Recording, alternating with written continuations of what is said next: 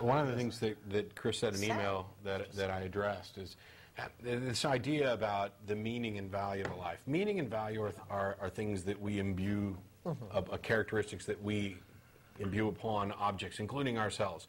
But the theist has this idea of some grander meaning, as if there's some other intelligence out there that would value us, and that without this other intelligence valuing us, we are worthless, that this is all irrelevant, which I find well, they say very, very sad. Meaning as being something that has to be externally imposed upon your life. Yeah, I find that very sad. It reminds me of the people who, a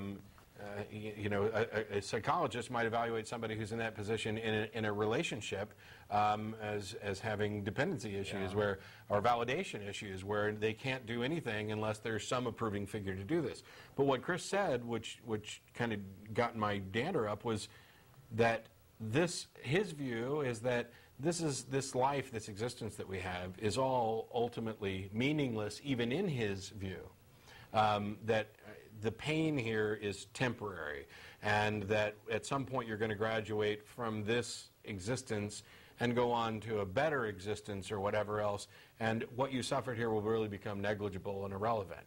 And I find that to be one of the most appalling ideas I've ever heard, that you believe, not you, and not necessarily Chris, because his theology is not very specific, and I don't want to get into too much detail without him actually being here.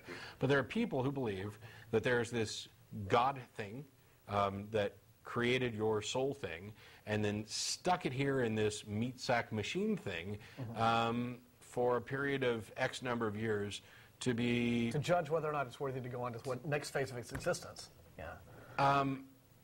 If you really believed that was the case, then you should kill yourself. Now, hang on. Hang on. Don't actually do it. I'm not advocating that anybody do this. What I'm saying is that if it was somebody's sincere belief that this existence is relatively meaningless and it is a place to wipe your feet before you go into the happy land, then the natural, logical conclusion from that is that the best thing you could possibly do is kill yourself. And religions know that this is the logical conclusion, which is why some of them have direct prohibitions against suicide. Yeah, they figured that one out pretty early. That was really of it. Well, wait a minute. If Happy Land is where I really want to be and all of this is irrelevant, then if I kill myself and I go there now, oh, no, you don't get there if you kill yourself. Yeah, because it's like God decides when you go. You don't get to decide when you go. Yeah, they had to add a loophole in there because, it's painfully obvious to anybody.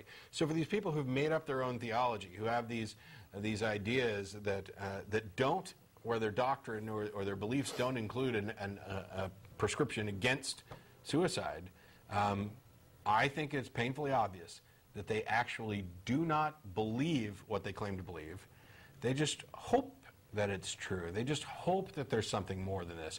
And while I think on some level it's fine to hope for more, on another level it's not so fine.